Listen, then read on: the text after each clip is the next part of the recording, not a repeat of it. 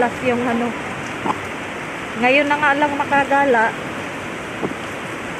Ngayon na nga lang siya makapunta sa kapatid niya. Ito pa yung resulta. Binagyo. Malas ka dun. Grabe lakas ang ulan.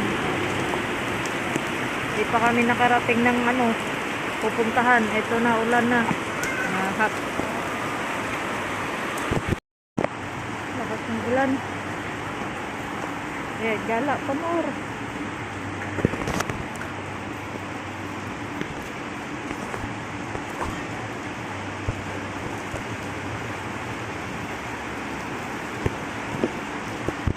Malas yung paggala ng sarado ngayon, so kailan tuloy minsan lang.